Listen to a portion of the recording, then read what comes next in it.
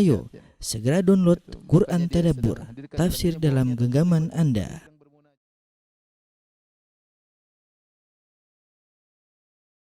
Bismillahirrahmanirrahim. Assalamualaikum warahmatullahi wabarakatuh. Alhamdulillahi ala ihsani wa syukru lahu ala taufiqih wa amtinani wa asyhadu an la ilaha illallah dahu la syarika lahu ta'ziman li sya'ni wa asyhadu anna Muhammadan abduhu wa rasuluhu da'ila ridwani. Allahumma salli alaihi wa ala alihi wa ashabi wa ikhwani. Sebelumnya saya mohon maaf kepada para ikhwan dan akhwat karena keterlambatan suatu hal. InsyaAllah pada kesempatan kali ini kita akan membahas surat Al-Adiyat. Ya, surat Al-Adiyat artinya kuda-kuda yang berlari kencang. Ya, Al-Adiyat itu kuda-kuda perang. Ya, Adiyat ya. Dari Al-Udu artinya berlari kencang. Al-Adiyat. Allah bersumpah dengan kuda-kuda tersebut. Ya, sebenarnya inti daripada surat ini maksudnya apa? Allah ingin menjelaskan bahwasanya di sana ada hewan-hewan yang kuda-kuda yang sangat berjasa kepada manusia, yang begitu hebatnya kuda-kuda tersebut, dan mereka cuma dikasih makanan sedikit, ya, cuma dikasih perawatan sedikit, perhatian sedikit, tapi pengorbanannya kepada tuannya sangat luar biasa. Mereka dibawa perang sampai masuk di tengah pertempuran, sampai mungkin saja tersayat pedang dan selanjutnya. Jadi benar-benar patuh kepada tuannya, padahal cuma diberi pelayanan sedikit dan makanan sedikit. Sementara manusia diberi banyak kelebihan oleh Allah Subhanahu wa taala, diberi akal, diberi kecerdasan, diberi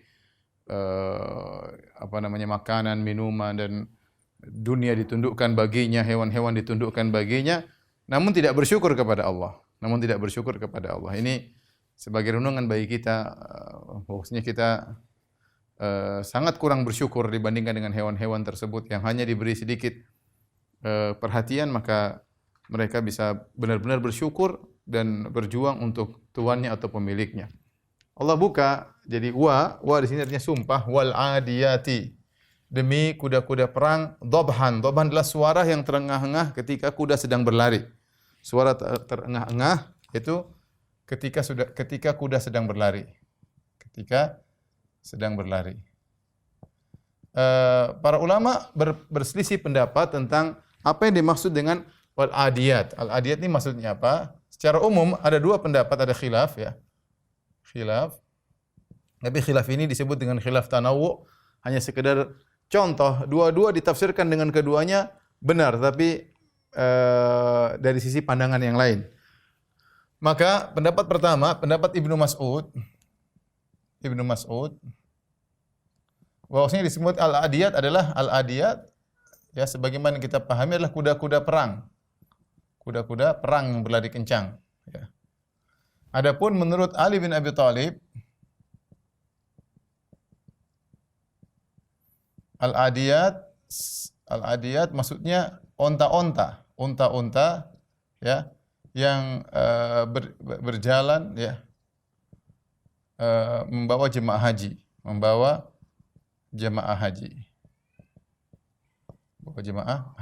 ya. Ini dua-duanya. Jadi sebagian sahabat memandang bahwasanya Allah sedang bersumpah dengan kuda-kuda. Sebagian sahabat seperti Ali bin Abi Thalib memandang bahwasanya Allah sedang berbicara tentang onta-onta. Kalau kita artikan dengan tafsir Ibnu Mas'ud, demi kuda-kuda perang yang berlari dengan kencang. Kalau kita tafsir Ali bin Abi Thalib, demi onta-onta yang berjalan dengan membawa jemaah haji menuju ke manasik-manasik haji. Dhabha yang terengah-engah ketika sedang berlari. Apakah kuda yang sedang terengah-engah atau onta yang sedang terengah-engah? Meskipun mayoritas ulama berpendapat pendapat ini lebih kuat, pendapat Ibnu Mas'ud lebih kuat ya, melihat konteks dari pembicaraan ayat ini ya. Baik, kita lanjutkan. Fal muriyati qadha, maka kuda-kuda tersebut memercikan bunga api. Qadha itu bunga api ya. Maksudnya apa? Maksudnya kuda-kuda biasanya kalau sedang berlari kencang, entah kukunya yang menghantam batu-batuan atau tapal kudanya yang ketika dia berlari dengan kencang maka dia menghantam batu sehingga keluar percikan-percikan api. Ya, dan kita tahu namanya kuda biasanya ada tapalnya. Ya, dari dulu sampai sekarang namanya kuda ada tapalnya. Apalagi kuda digunakan untuk perang, dia memiliki tapal kuda sehingga ketika berjalan dengan kencang maka menghantam bebatuan, maka mengeluarkan percikan-percikan api. Atau maksudnya kukunya, kalau dagingnya tentu tidak mengeluarkan api, tapi kukunya yang tajam terkadang begitu menghantam batu memercikan api. Ini yang semakin menguatkan bahwasanya dimaksud dengan wal adiyat adalah kuda-kuda. Tetapi yang berpendapat seperti pendapat Ali bin Abi Thalib bahwasanya fal muriyati qadha, mereka yang berpendapat ini adalah onta.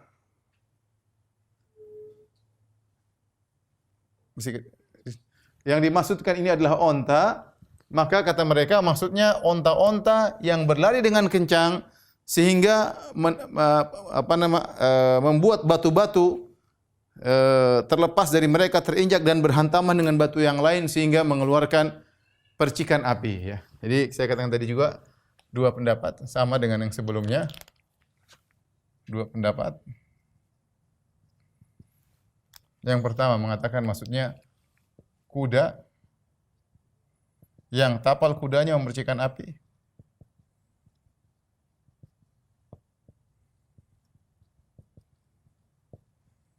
Pendapat yang kedua adalah onta yang menghantamkan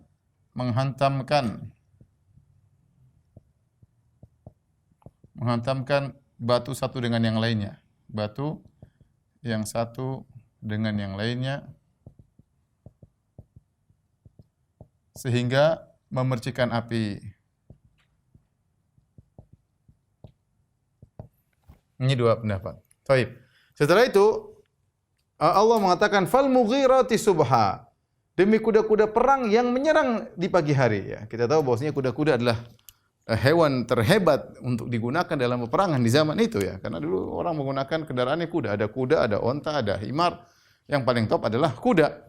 Dan peperangan yang paling bagus ketika di pagi hari menyerang, ketika musuh dalam kondisi lalai, dalam kondisi tertidur, maka kemudian baru sadar, maka diserang dengan kuda-kuda tersebut. Demi kuda-kuda perang yang menyerang di pagi hari. Nah, bagaimana kalau kita menafsirkan ini onta? Maka kata Ali bin Abi Thalib, maksudnya demi onta-onta yang berjalan membawa jemaah haji di pagi hari dari Muzdalifah menuju ke Mina. Kita tahu bagi yang sudah haji tentu paham bahwasanya kita di tanggal 9 Zulhijjah, yaitu besok 9 Zulhijjah di Arafah sampai maghrib. Setelah maghrib terbenam matahari, kemudian kita berjalan di malam hari menuju ke Muzdalifah. Sampai di Muzdalifah kemudian kita tidur di sana, sunahnya demikian. Tidur sampai subuh, habis subuh kemudian salat subuh, berdoa kepada Allah Subhanahu wa taala. Ketika matahari mulai menguning, belum terbit benar-benar, mulai menguning langit, maka kemudian berjalan lagi melanjutkan perjalanan menuju ke Mina. Jadi kata mereka yang menafsirkan ini adalah onta, maksudnya demi onta-onta yang membawa jemaah haji yang berangkat dari Muzdalifah menuju ke Mina di pagi hari, ya. Jadi bagi pendapat yang lain, ya. Pendapat yang lain, pendapat kedua itu onta-onta yang membawa jemaah haji dari Muzdalifah ke Mina. Muzdalifah ke Mina di pagi hari. Baik. Setelah itu kata Allah Subhanahu wa taala fa asarna bihi. Asarna yaitu isarah, itu membuat debu, membuat gejolak, ya. Isarah yaitu membuat gejolak. Fa asarna bi naqa. Ketika kuda-kuda tersebut berjalan dengan kencang, maka debu-debu di sekitarnya berhamburan karena tapak-tapak kuda tersebut. Sama dengan onta, kalau dimaksud dengan onta, maka onta-onta tersebut ketika berjalan, maka kemudian debu-debu berhamburan, ya. Kemudian fawasatana bihi jam'a, maka lalu masuk ke tengah-tengah, ya. Ada yang maksudkan masuk tengah-tengah, kalau diartikan kuda, ini tadi selalu dua pendapat, ya. Ada yang mengatakan maksudnya adalah kuda masuk di tengah-tengah pasukan, masuk di tengah-tengah musuh, pasukan musuh. Adapun yang mengatakan fawasatuna bi jam'a, maksudnya onta, maksudnya adalah masuk di tengah-tengah jamak. Jamak itu maksudnya Muzdalifah. Ya. Dalam suatu hadis kata Nabi sallallahu alaihi wasallam, "Waqaftu hahuna wal jam'u kulluhu mauqif." Aku mabit di sini dan seluruh Muzdalifah adalah tempat untuk wukuf ya. Saya minta izin sebentar, ada azan, nanti kita lanjutkan sedikit lagi. Taib, para ikhwan dan akhwat yang dirahmati Rasulullah, kita lanjutkan. Kita sampai pada ini. Innal insana li rabbih lakanud. Sebelumnya saya tadi sampaikan fa wasatana bihi jam'a, dua pendapat, kuda-kuda masuk di tengah-tengah pasukan musuh, atau kalau diartikan dengan onta masuk di tengah jama'. Jama' adalah Muzdalifah ya. Intinya Allah sedang bersumpah dengan salah satu daripada dua hewan ini, apakah dengan kuda, apakah dengan onta, yang ternyata dua hewan ini sama-sama benar-benar berjasa kepada pemiliknya, kepada tuannya. Kita lihat kuda, bagaimana kuda yang cuma dirawat, cuma dikasih makan, ternyata dia masuk dalam peperangan, mau lari sampai terengah-engah, begitu kencang larinya sampai nampak percikan-percikan api, kemudian menyerang dengan membawa tuannya, menyerang musuh di pagi hari, kemudian debu-debu bertebaran di sekitarnya, kemudian masuk di tengah-tengah musuh, dan ini semua kegiatan kuda yang luar biasa menunjukkan betapa patuhnya kepada tuannya. Atau kita artikan onta, itu demi onta-onta yang kemudian membawa jamaah haji di waktu sambil terengah-engah ya, bawa jamaah haji dibawa kemudian dengan barang-barang. Jadi ini berat, perjalanan berapa ratus kilo, apalagi zaman dahulu. Fal muriyati qadaha, yang di mana onta-onta berlari sehingga batu-batu terpental sambil saling menghantamkan sehingga menimbulkan percikan api. Fal mughirati subha, atau onta-onta yang membawa jamaah haji di pagi hari dari Muzdalifah menuju Mina. Fa asarna bihi naqa'a, yang akhirnya onta tersebut membuat debu-debu bertaburan di sekitarnya. Fa wasatna bihi jam'a, yang onta-onta tersebut masuk di tengah-tengah Muzdalifah. Ini semua sumpah. Apa tujuan Allah bersumpah? Demi kuda atau demi onta. Ini inti daripada sumpah tersebut. Jadi sebelumnya ini semuanya sumpah. Untuk apa? Sumpah dengan kuda atau onta. Ya, kita tahu bahwasanya Allah Subhanahu wa taala berhak bersumpah dengan makhluk yang Dia kehendaki. Kalau kita manusia tidak boleh bersumpah kecuali dengan Allah.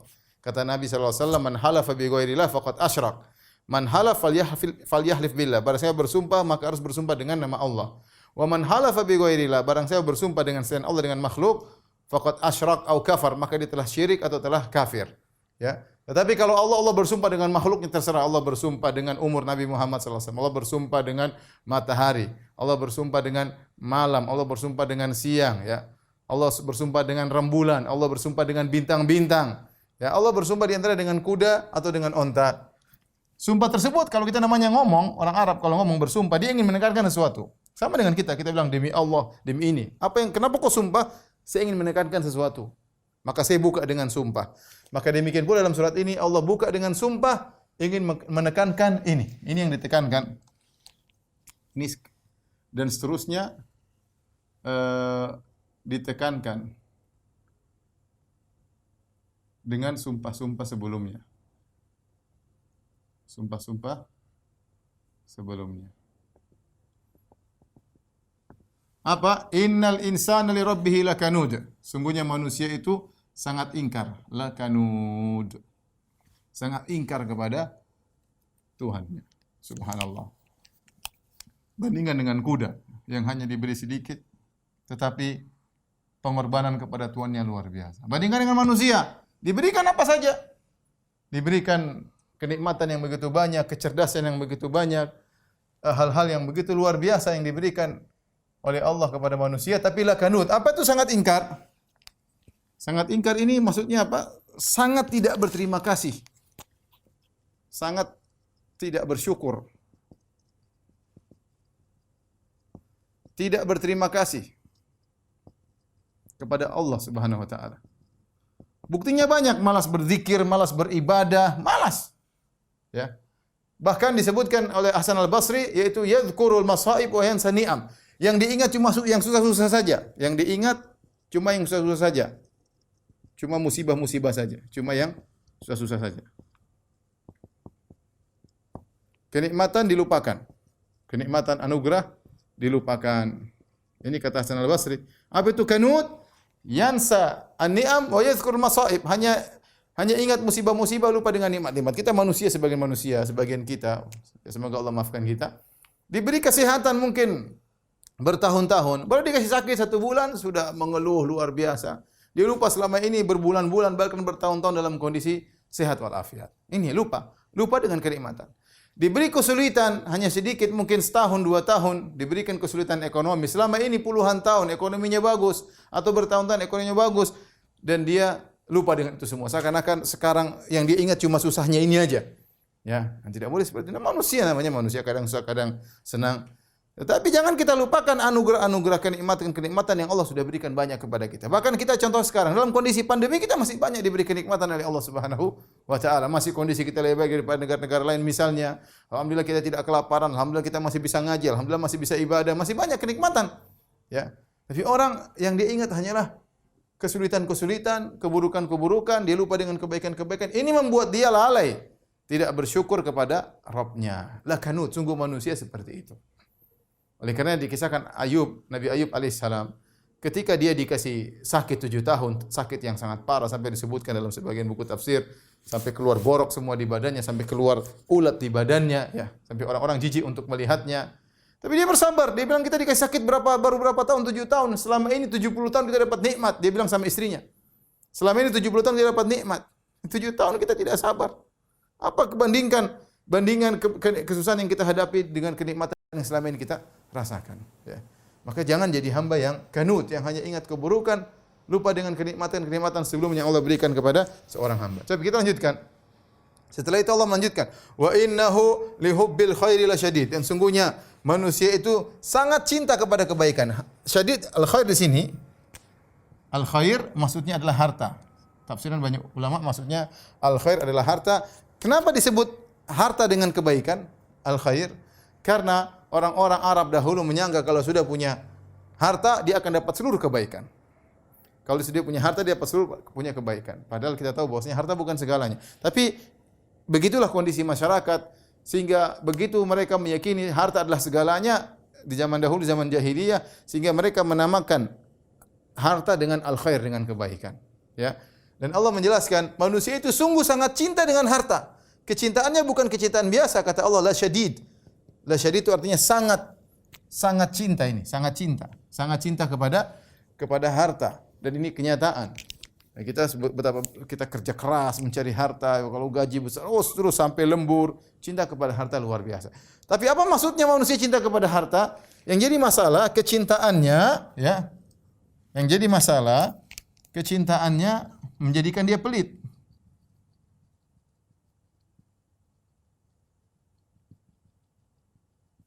Dikanya pelit. Ini jadi masalah. Kecintaan yang terhadap harta berlebih-lebihan menjadikan dia pelit. Kecintaannya menjadikannya lupa untuk beribadah. Ini jadi masalah. Ini jadi masalah, ya. Kecintaan yang berlebihan kepada harta buat dia lupa untuk beribadah. Oleh karenanya Allah Nabi SAW bersabda, ta'isa abdud dinar, ta'isa abdud dirham. Sungguh celaka penyembah dinar, sungguh celaka penyembah dirham. Kenapa Nabi menamakan penyembah dinar, penyembah dirham? Karena ya, saking dia cintanya kepada dinar dan dirham, kepada dolar, ya, kepada harta, kepada emas dan perak, sehingga dia seakan-akan beribadah kepada dinar dan dirham tersebut. Apa yang diatur oleh dinar dan dirham dia kerjakan. Dia menyangka kalau dia menguasai dinar dan dirham, harta, maka dia yang menguasai dinar dirham tersebut. Kenyataannya dia dikuasai oleh dinar dan dirham. Bukan dia yang menjadikan dinar sebagai hamba dia, sebaliknya dinar menjadikan dia hamba dinar. Buktinya apa? Kalau dinar menyuruh dia untuk tidak sholat, dia tidak sholat. Kalau dinar menyuruh dia bertengkar dengan keluarganya, dia akan bertengkar. Betapa banyak orang ribut-ribut gara-gara warisan. Betapa banyak orang berbohong gara-gara bertengkar, menumpahkan darah. Ya. Kalau dinar menyuruh dia untuk korupsi, maka dia nekat untuk korupsi. Kalau dinar menyuruh dia untuk bermaksiat, dia nekat untuk bermaksiat. Kenapa? Cintanya kepada dinar luar biasa. Orang ini, kata Nabi, ta'isa, celaka. Abdud dinar, abdud dirham. Karena pikirannya semua dinar dirham. Jadi cinta kepada harta suatu hal yang biasa. Tetapi jangan sampai berlebihan sehingga menjadikan pertama seorang pelit, bersedekah susah sekali, ya. Sedekah susah sekali, mau keluarkan subhanallah. Ini harta saya peroleh dengan kerja selama sebulan. Bagaimana saya mau keluarkan? Enak aja saya kasih orang. Dia harus lawan. Karena Allah sedang mencela ini orang yang begini, yang cinta harta terlalu banyak, terlalu dalam cintanya sehingga menjadi pelit, apalagi menjadikan dia enggan untuk beribadah, ya.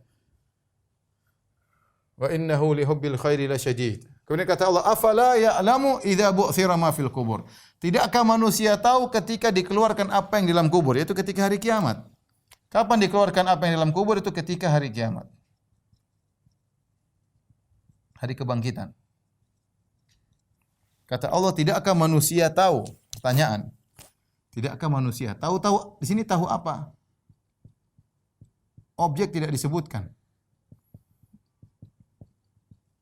Dan ini sering saya sampaikan, kaidah menyatakan jika kaidah tafsir, jika objek tidak disebutkan maka memberi faedah umum. Maka memberi faedah umum.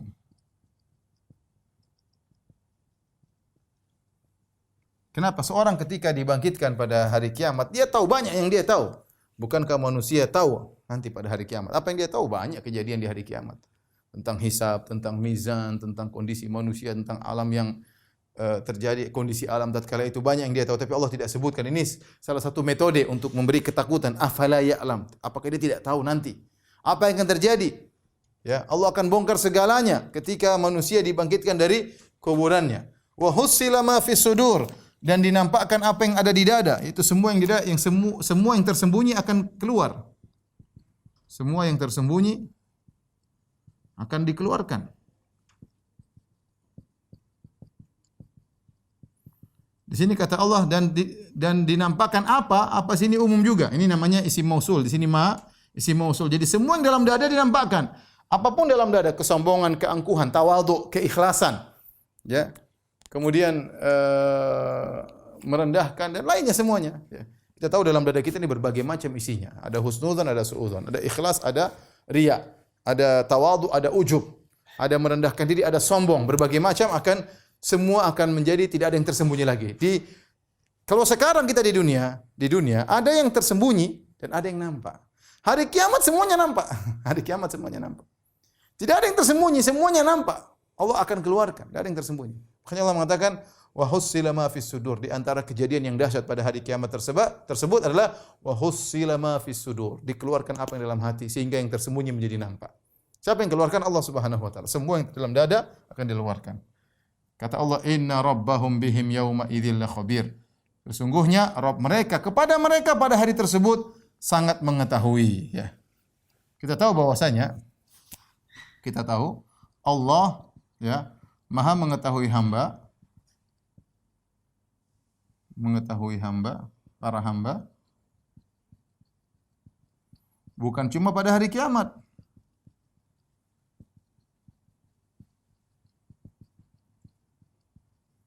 Bahkan di dunia juga. Taib. Lantas kenapa Allah mengatakan inna rabbahum yauma idzin? Kenapa harus tambah perkataan pada hari itu?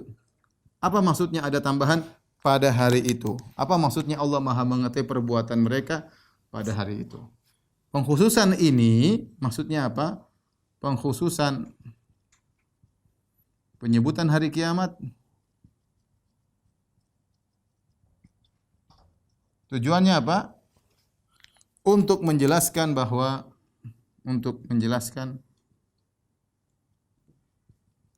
bahwa balasan Allah dibangun dengan ilmu Allah tentang perbuatan mereka.